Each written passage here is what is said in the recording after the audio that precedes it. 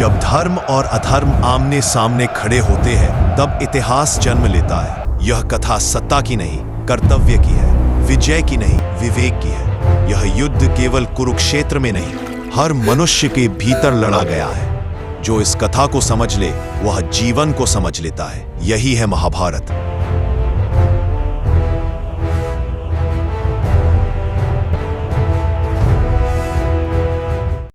शाकुन वंश के एक महान राजा थे जिन्होंने संपूर्ण धरा पर अपने राज्य की स्थापना कर दी थी।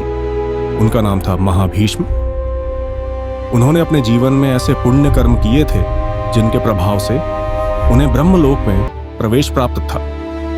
ब्रह्मलोक एक ऐसा दिव्य लोक था जहां केवल गिने चुने राजाओं को ही प्रवेश का अधिकार प्राप्त होता था और सामान्यतः वहां किसी अन्य का पहुंचना असंभव था।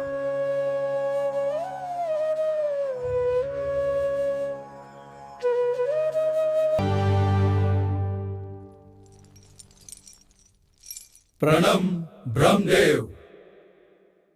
परम पिता ब्रह्मदेव को कोटि कोटि प्रणाम और सभी दिग्गज राजाओं का मैं अभिनंदन करती हूँ। परंतु देवी गंगा और महाभीष्म ने अनजाने में ब्रह्मलोक में ऐसा कार्य कर दिया जिसके परिणामों से वे स्वयं भी अज्ञात थे। तुम्हारी हिम्मत कैसे हुई मेरी प्रतिज्ञा को चुनौती देने की? अब इसका परिणाम भुगतने के लिए तैयार रहो। तुम अपने राजमहल में नहीं अपितु ब्रह्मलोक की सभा में हो। तुम अपनी मर्यादा कैसे भूल गए? क्षमा करें ब्रह्मदेव।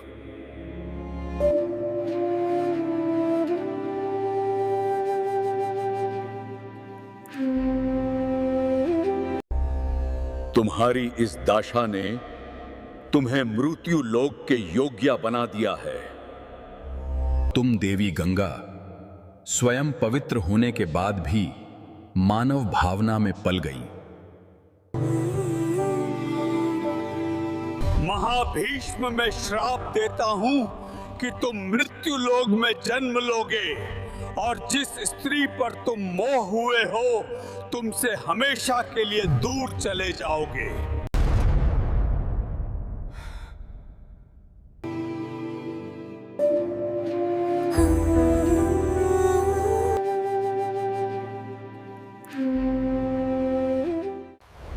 पुत्र प्राप्ति के लिए हस्तिनापुर के राजा प्रदीप ने अपने राज्य हस्तिनापुर में एक विशाल तथा पवित्र यज्ञ का आयोजन कराया। इस यज्ञ में देश देशांतर से आए विद्वान ब्राह्मणों और ऋषि मुनियों ने मंत्रोच्चार के साथ आहुतियां प्रदान की।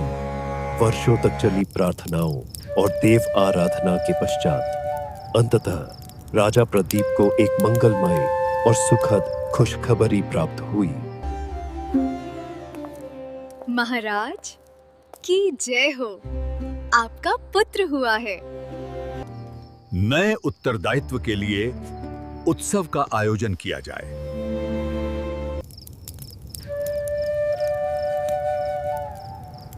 जो हस्तिनापुर के भविष्य को बदलने वाली थी।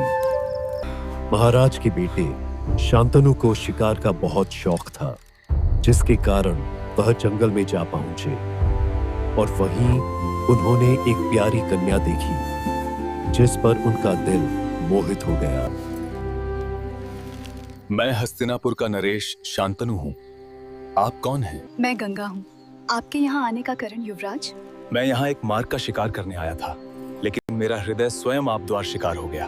गंगा, मैं तुमसे विवाह करना चाहता हूँ। लेकिन युवराज, मेरी कुछ शर्तें हैं। मुझे सारी शर्तें मंजूर हैं। शादी के बाद मैं अच्छा या बुरा कुछ भी करूं, आप मुझे करने से नहीं रोकेंगे और ना ही कोई प्रश्न करेंगे। रानी ने शादी के लिए हाँ कर दी। युवराज ने आने वाली खुशी देखी और रानी को वादा कर दिया, लेकिन उन्हें क्या पता था, उनका वादा आने वाले समय में उनके लिए श्राप बन जाएगा। महाराज की जय हो। रानी ने एक सुपुत्र को जन्म दिया है। रानी, आपने मुझे इस दुनिया की सबसे बड़ी खुशी दी है।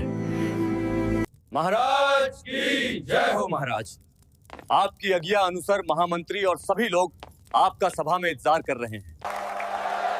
महाराज की जय हो। रानी आपके पुत्र को लेकर नदी का पास गई है।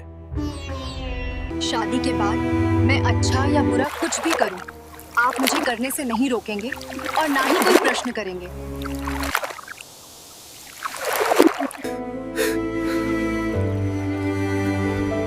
शादी के बाद मैं अच्छा या बुरा कुछ भी करूं, आप मुझे करने से नहीं रोकेंगे और ना ही कोई प्रश्न करेंगे।